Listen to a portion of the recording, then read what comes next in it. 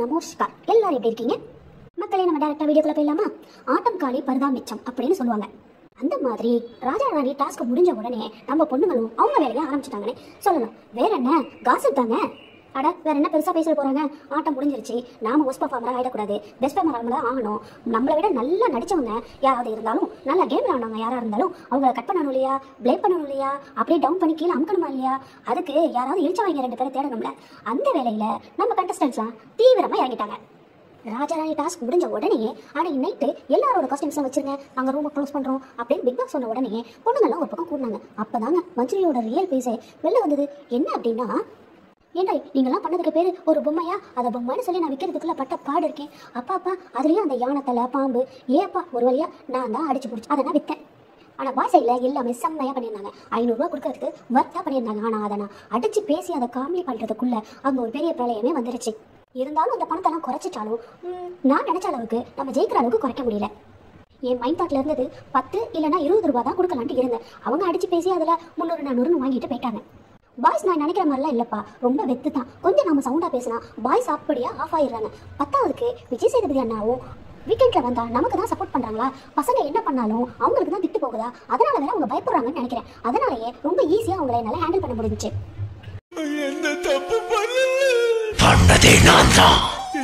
அம்மா மஞ்சரி, நீங்க அண்ணியன் இல்லம்மா, அண்ணியனுக்கும் மேல.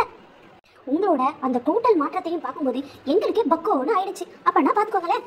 இவங்க எப்படின்னா அப்படியே கட் பண்ணி அந்த பக்கம் பார்த்தா நம்ம தர்ஷிகா, சாஞ்சனா, ஆனந்தி, பவி இவங்க எல்லாம் ஒன்னா சேர்ந்து அவங்க நம்ம முத்துவை பிளேம் பண்றாங்க. என்ன அப்படின்னா, என்ன அப்படி ராஜாராணி டாஸ்க்ல அவன் கிழிச்சிட்டான், அவன் என்ன பண்ணிட்டான், பெருசா வந்து இந்த வாரத்துக்கு என்ன கொடுத்தான் என்டர்டைன்மெண்டா, முத்து என்னத்தை செஞ்சு கிழிச்சான் தான் நான் கேட்கறேன்னு நம்ம சாஞ்சனா டபுள் கேமர் இல்ல அது சொல்லுது. உடனே ஆனந்தி பவியும் ஆமா ஆமா முத்து இந்த வாரம் என்ன பண்ணனா, நாம பண்ணின அளவுக்கு கூட இந்த முத்து ஒண்ணுமே பண்ணல, இந்த முத்துவை சொல்றதுக்கு ஒண்ணுமே இல்லைன்னு வாய் கூசாம பேசுறாங்க. ஐயா நாங்களே டீசெண்டா ரிவ்யூ பண்ணலனாலும் இந்த பொண்ணுங்க டீசெண்டா ரிவ்யூ பண்ணவே விட மாட்டாங்க போல இருக்கு. அவங்க பேச்சு செயலும் அப்படி தாங்க இருக்கு. எங்க லிமிட்டையே மீறி திட்ட வச்சிருவாங்களோன்னு பயமா இருக்கு. அந்த அளவுக்கு நடந்துக்கிறாங்க இந்த பொண்ணுங்க. அது முடிஞ்சு கொஞ்ச நேரத்துல யார் பெஸ்ட் யாரு ஒஸ்ட் அப்படின்னு வந்துச்சு. நான் சொல்லவா வேணும்? ஆளுக்கு மாறி மாறி குத்திக்கிட்டாங்க. இவங்க தான் பெஸ்ட் அவங்க தான் ஒஸ்ட் அப்படின்ட்டு கடைசியில பவித்ராவையும் தீபக்கையும் பெஸ்டாகவும் சிவா சௌந்தர்யா ஒஸ்டாகவும் செலக்ட் பண்ணாங்க. இதெல்லாம் செலக்ட் பண்ண உடனே கோ ஐபிபியோட அந்த டூர் பிளானுக்கு உண்டான பாஸ்போர்ட்ல ஒரு பேஜ் ஒன்று வைப்பாங்களே, 2 பேருக்கும் அந்த பேஜை வச்சு முடிச்சாங்க. வச்சு முடிச்ச உடனே நம்ம பிக் பாஸும் அடுத்த ஸ்டெப்பை எடுத்தாருன்னு சொல்லலாம். அது முடிஞ்ச உடனே நம்ம பிக் பாஸ் சும்மா இருப்பாரா? முன்ன மாதிரிலாம் இல்லைங்க, அவரே கண்டென்ட் கொடுக்க ஆரம்பிச்சிட்டாரு. அதனால எந்த எக்ஸ்ட்ரீமுக்கு போவோன்ற லெவலுக்கு போச்சு.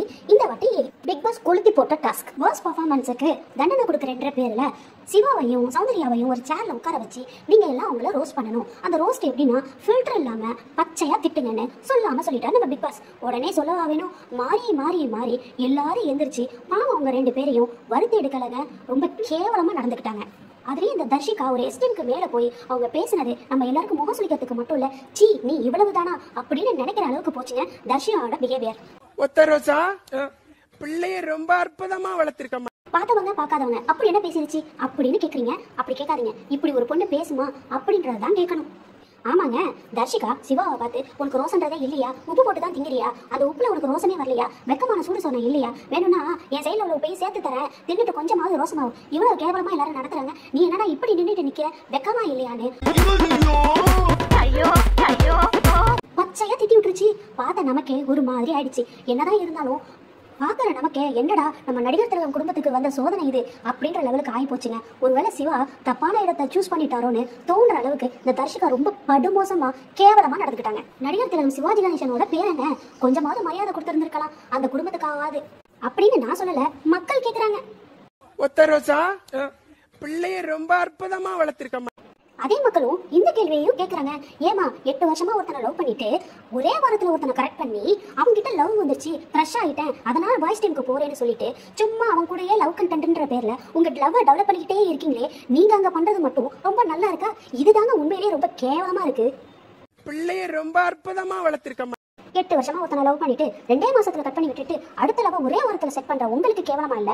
அவர் கேமுக்காகவும் தன்னடுத்துக்காகவும் அமைதியா இருக்கிறது உங்களுக்கு அவ்வளவு கேவலமா இருக்கா? முதல்ல உங்களுக்கு ரோஷம் இருக்காமா? இப்படி எல்லாரும் ரோஸ்ட் பண்றன்ற பேர்ல சௌந்தர்யாவை வர்த்தி எடுத்துட்டு இருக்கும்போது அதுல அதிகமான சந்தோஷமானது விஷால் மட்டும்தான். அதுலயும் சாஞ்சனாவை பேச விட்டு விஷால் பட்ட சந்தோஷம் இருக்கே அது உச்சம்னே சொல்லலாம், ரொம்ப கேவலம்னு சொல்லலாம். அப்படி சௌந்தர்யா மேல விஷாலுக்கு என்ன அப்படி ஒரு வன்மம், அப்படி ஒரு கோபம் தெரியல.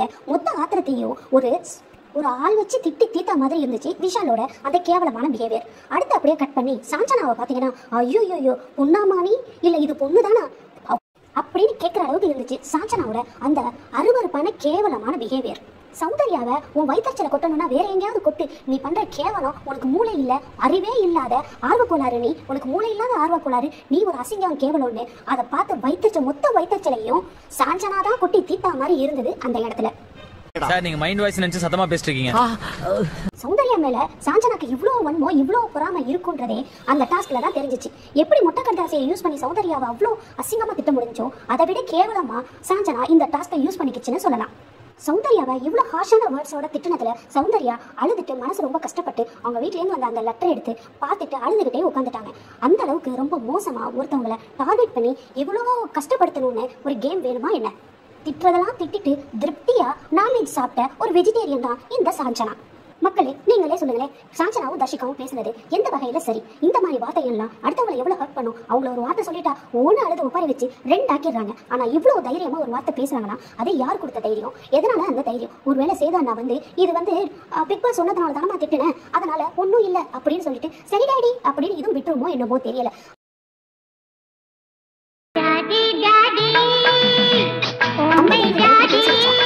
இதுதான் சாஞ்சனா உண்மையான சுரூபமா அப்படின்றத நீங்க தான் சொல்லணும். அதுக்கப்புறம் சாஞ்சனா இருந்தா தான் கேம் நல்லா இருக்கும். அதனால சாஞ்சனா எலிமினேட் ஆக கூடாது, வீட்டுக்குள்ள தான் இருக்கணும்னு நினைக்கிறவங்களும் இல்ல இதுக்கப்புறம் சாஞ்சனா இல்லாகட்டையும் இந்த கேம் நல்லா தான் இருக்கும், முதல்ல இந்த சாஞ்சனாவை எலிமினேட் பண்ணி வெளியில தள்ளுங்க அப்படின்னு சொல்றவங்களா இருந்தாலும் மறக்காம கமெண்ட் பாக்ஸ்ல சொல்லிடுங்க. ஏமா சாஞ்சனா வெஜிடேரியன் நீங்க மட்டன் சிக்கன் ஃபிஷ் கறின்னு வளைச்சு கட்டுறதெல்லாம் கேவலமா இல்லையா? 21 வயசான நீங்க இப்பதான் 5th 6th போற மாதிரி உள்ளதே நான் தான் சின்ன பொண்ணுன்னு உள்ள இருக்க பாய்ஸ் மேல எல்லாம் விழுந்து எந்திரிக்கிறதும் அவங்க மேல படுத்து கிடக்கிறதும் அவங்க மடியில விழுகிறதும் இப்படி நீங்க நடந்துக்கிறது அசிங்கமா இல்லையா? கேவலமா இல்லையா? இது மெச்சூரிட்டி லெவலா? சொல்லுங்க.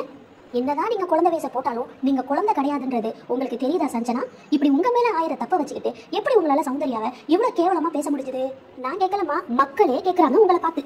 இந்த ரோஸ்ட்டுக்கெல்லாம் நடுவில் சின்ன கேப் விட்டு பஸர் விட்டு தான் இந்த கேம் போய்கிட்டு இருந்துச்சு. அந்த வகையில் இடையில தலைவனா தலைவியா அப்படின்னு ஒரு டாஸ்க் கொடுத்து 2 பேரையும் கேம் விளையாட சொல்லிட்டாங்க. ஒருவேளை இந்த கோவத்தாவும் ஆத்திரமெல்லாம் கொஞ்சம் சேஞ்ச் பண்ணுற மாதிரி வைப்போன்னு இந்த டாஸ்க்கை கொடுத்தாரா என்ன தெரியல. பிக் பாஸ் கொஞ்சம் நம்ம எல்லார் மைண்டையும் மாத்திரத்துக்கு அப்படி ஒரு கேம் ஒன்று கொடுத்து விளையாட விட்டுட்டாரு. பெஸ்ட் பர்ஃபார்மரா பவித்ராவும் தீபக்கும் ஜெயிச்சதுனால அவங்க தான் கேப்டன்சி டாஸ்க்கை விளையாடாங்க. விளையாடுறதுல நம்ம தீபக் தான் கேப்டன்சி டாஸ்க்கை விளையாண்டு வின் பண்ணாரு. எப்போதுமே பசங்க வின் பண்ணா ஒரு ஜாலி ஒரு சந்தோஷம் இருக்கும். ஆனா இந்த தடவை இந்த ரோஸ்ட் டாஸ்க்கு அப்புறம் இவங்க ஜெயிச்சதுக்கு அப்புறமும் மனசு ஒரு மாதிரியே இருக்கு. உங்களுக்கும் அப்படியே இருக்கான்றத மறக்காம சொல்லுங்க. முன்ன பசங்க வின் பண்ண அந்த ஹைப்பும் சந்தோஷமும் இதுல இல்லைன்னு தோன்றவங்க கண்டிப்பா சொல்லுங்க கமெண்ட் பாக்ஸ்ல.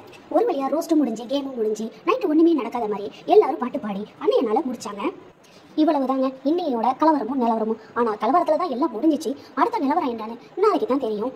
அந்த கலவரத்தை பார்க்கணும் அப்படின்னு நினைச்சீங்கன்னா மறக்காம என் சேனலை சப்ஸ்கிரைப் பண்ணிக்கோங்க. பெல் பட்டன் ஆன் பண்ணிட்டு லைக் பட்டனும் கொடுத்துருங்க. அப்படி உங்க அன்பையும் சப்போர்ட்டையும் மறக்காம எங்களுக்கு கொடுங்க. நீங்களா பார்த்து வளர்த்து விட்டா தானே நாங்கள்லாம். கண்டிப்பா உங்களுக்கு இந்த வீடியோ பிடிச்சிருக்கும். இதே மாதிரியான சுறுசுறுப்பா விறுவிறுப்பான அடுத்த வீடியோல சந்திக்கிற வரையும் till then bye bye.